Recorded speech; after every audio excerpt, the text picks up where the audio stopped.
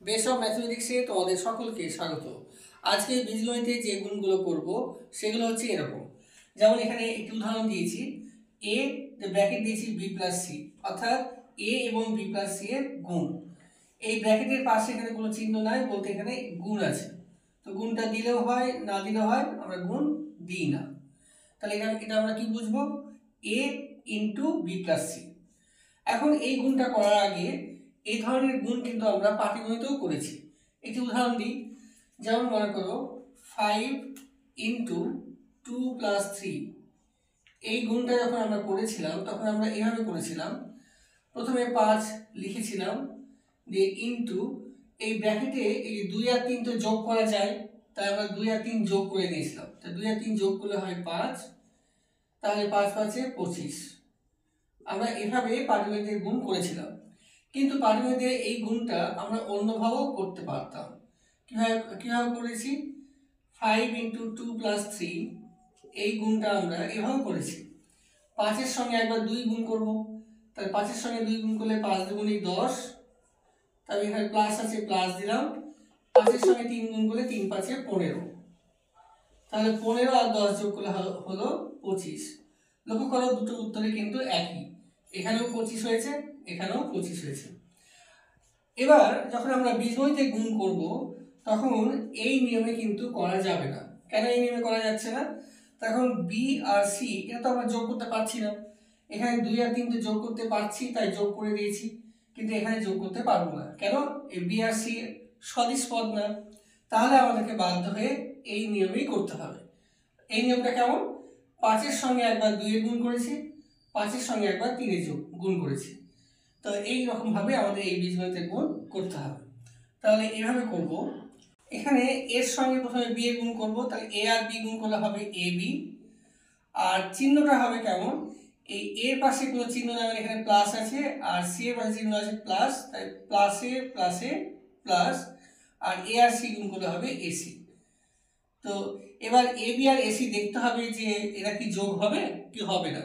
তো আমরা দেখতে পাচ্ছি যে এ বি আর এসি সদিশ পদ না, তাহলে আর যোগ টোগ কিছু হবে না, এটাই হবে অ্যান্সার।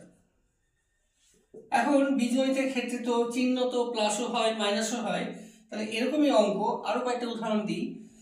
যেমন ধরো -2 ইন্টু বি মাইনাস সি, যদি এরকম হয় তাহলে কেমন হবে? তাহলে আমরা একবার এই -2 দিয়ে বি কে গুণ করব, আবার -2 দিয়ে সি কে গুণ করব। তো প্রথমে আমরা -2 দিয়ে মনে করো বি কে গুণ করছি, তাই এবার চিহ্নটাও দেখতে হবে।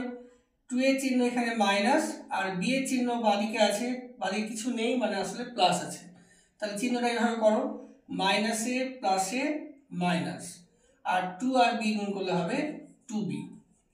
এবার এই -2 এর সঙ্গে সি এর গুণ করো, এখানে হচ্ছে মাইনাস আর এখানে মাইনাস, তাহলে মাইনাসে মাইনাসে প্লাস, আর 2 আর সি গুণ করলে হবে 2c।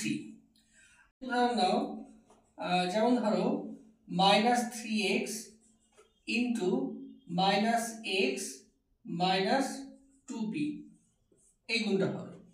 তো এই গুণটা কীভাবে করবো? একই রকমভাবে এই -3x এর সঙ্গে একবার -x এর গুণ করবো, আবার -3x এর সঙ্গে একবার -2p এর গুণ করবো। তো প্রথমে গুণ করছি এই -3x এর সঙ্গে -x এর, তাই চিহ্নের গুণ হবে, মাইনাসে মাইনাসে প্লাস, আর 3x আর x গুণ করলে হবে 3x স্কয়ার। এখন তোমরা জানো যে বাদিকে প্লাস চিহ্ন দিলেও হয়, না দিলেও হয়, না দিলেও আমরা মনে করবো এটা প্লাস, তাই এখানে প্লাসটা আমরা দিলাম না। এবার -3x এর সঙ্গে -2p এর গুণ করছো, তাহলে মাইনাসে মাইনাসে প্লাস, আর 3 দুগুণী 6, আর x আর p পাশাপাশি বসে যাবে, অর্থাৎ px। এটি আমি একটি উদাহরণ দিয়ে আজকে পর্ব শেষ করি। মনে করো এখানে 5ab আছে, আর এই ব্র্যাকেটে এতক্ষণ ধরে এই ব্র্যাকেটে দুটো করে পদ দিচ্ছিলাম, এবার 3টে পদ দিতে পারি, 4টে পদও দিতে পারি। যেমন ধরো 3টে পদ দিচ্ছি, মনে করো b minus C plus 2x, এই গুণটা। তাহলে কিভাবে হবে? একই রকম ভাবে হবে, এই 5ab এর সঙ্গে একবার b এর গুণ করব, একবার -c এর গুণ করব, একবার +2x এর গুণ করব। একই রকমভাবে এখানে যদি 4টে পদ থাকতো তা আবার গুণ করবো, এভাবে চলতে থাকবে। তাহলে এই গুণটা দেখে নাও। তার প্রথমে 5ab সঙ্গে b গুণ করছি, চিহ্নটা কি হবে? প্লাস এ প্লাস এ প্লাস, প্লাস না দিলেও হয়, তাহলে গুণ করছি 5ab স্কোয়ার। এবার 5ab সঙ্গে মাইনাস সি এর গুণ, তাহলে প্লাস এ মাইনাস, আর গুণ করলে হবে 5abc।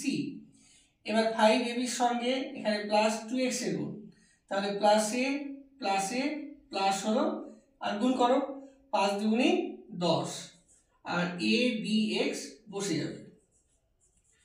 তো এখানে যদি কোনো যোগ বিয়োগ হয়, অর্থাৎ সদৃশ্য পদ যদি থাকে তখন যোগ করতে হবে, কিন্তু এখানে সদৃশ পদ নেই, তাই এটাই হবে অ্যান্সার। আর এখানে সদৃশ পদ হবে না, তার কারণ হচ্ছে এই ব্র্যাকেটের মধ্যে সদৃশ পদ নাই, তাই গুণ করার পরেও তাহলে সদৃশ পদ আর হওয়ার সম্ভাবনাই নেই। এটাই হলো অ্যান্সার। তো এরকম গুণ আরো বড় গুণ আরো কিছু আছে, দিয়ে আমরা গুণের পর্ব শেষ করব আগামী পর্বে। তা তোমরা দেখতে থাকো। Thank you.